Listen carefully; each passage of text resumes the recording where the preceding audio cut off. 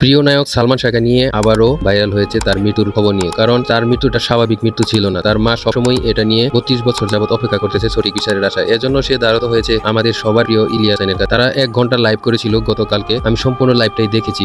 অসহস্র comment বলেছে, সবাই শুধু সঠিক বিচার চেয়ে। কিন্তু এই নীলা চৌধুরী মাইমিন সালমান শাহর আম্মা কাঁদতে কাঁদতে তার অবস্থা শেষ। কারণ তার ছেলেটা ছিল একটা রত্ন হীরার টুকরা। আমরা যা দেখতেছি আসলে আমাদের বাংলাদেশে সেই যুদ্ধের পর থেকে, বুদ্ধিজীবী হত্যার পর থেকে যে বা যারাই ভালো বুদ্ধি সম্পন্ন অথবা ভালো খ্যাতিমান অথবা ভালো এরকম সালমান শাহর মতো হিরো, অনেক হিরো কিন্তু আমাদের অল্প বয়সে মারা গেছে। এর পিছনেও রহস্য রয়েছে। ইলিয়াস হোসেন সে সম্পর্কেও কথা বলেছেন তার লাইভে। আমি হতবাক হয়ে গেছি, তার কথার সাথে সত্যি মিল রয়েছে। আমাদের এই বাংলাদেশে আসলে ভালো বুদ্ধি সম্পন্ন এবং ব্যক্তিত্ব সম্পন্ন এবং ভালো মেধাবীরা থাকতে পারে না, টিকতে পারে না, চলে যেতে হয় মৃত্যু নয় দেশ ছেড়ে। এটাই হয়ে আসছে দুর্নীতির জন্য। আচ্ছা যাই হোক, সালমান শাহর মৃত্যুর পিছনে আসলে কার হাত রয়েছে? তার স্ত্রী স্বামীরা, নাকি ডনের, নাকি অন্য কারো, নাকি মিডিয়া পাড়ার সকলেই তার হাত রয়েছে? কারণ ওই সময় প্রায় সকল ছবি তার হাতে ছিল। কারণ এতটাই তার পপুলারিটি ছিল যা আসলে বলে আপনাদেরকে বোঝানো যাবে না। আপনারা তার অল্প কিছুতে নিয়ে জানেন। তার থেকে কতগুলো ছবি প্রকাশ পেয়েছে, প্রত্যেকটা ছবি ব্লকবাস্টার হয়েছে। আপনারা তাই দেখেছেন। সেই লাইভটা দেখেছি আমি নীলা চৌধুরী এখন দ্বারস্থ হয়েছেন আমাদের সবার প্রিয় সাংবাদিক ইলিয়াস হোসেনের কাছে। দেখা যাক ইলিয়াস হোসেন এই বিষয়টি সুরাহা আসলে করতে পারে কিনা। আসলে আমাদের দেশে তো মনে করেন টাকা থাকলেই বিচার আপনার হয়ে যাবে, সঠিক বিচার কেউ পায় না। দেখা যাক কি হয়, শেষ পর্যন্ত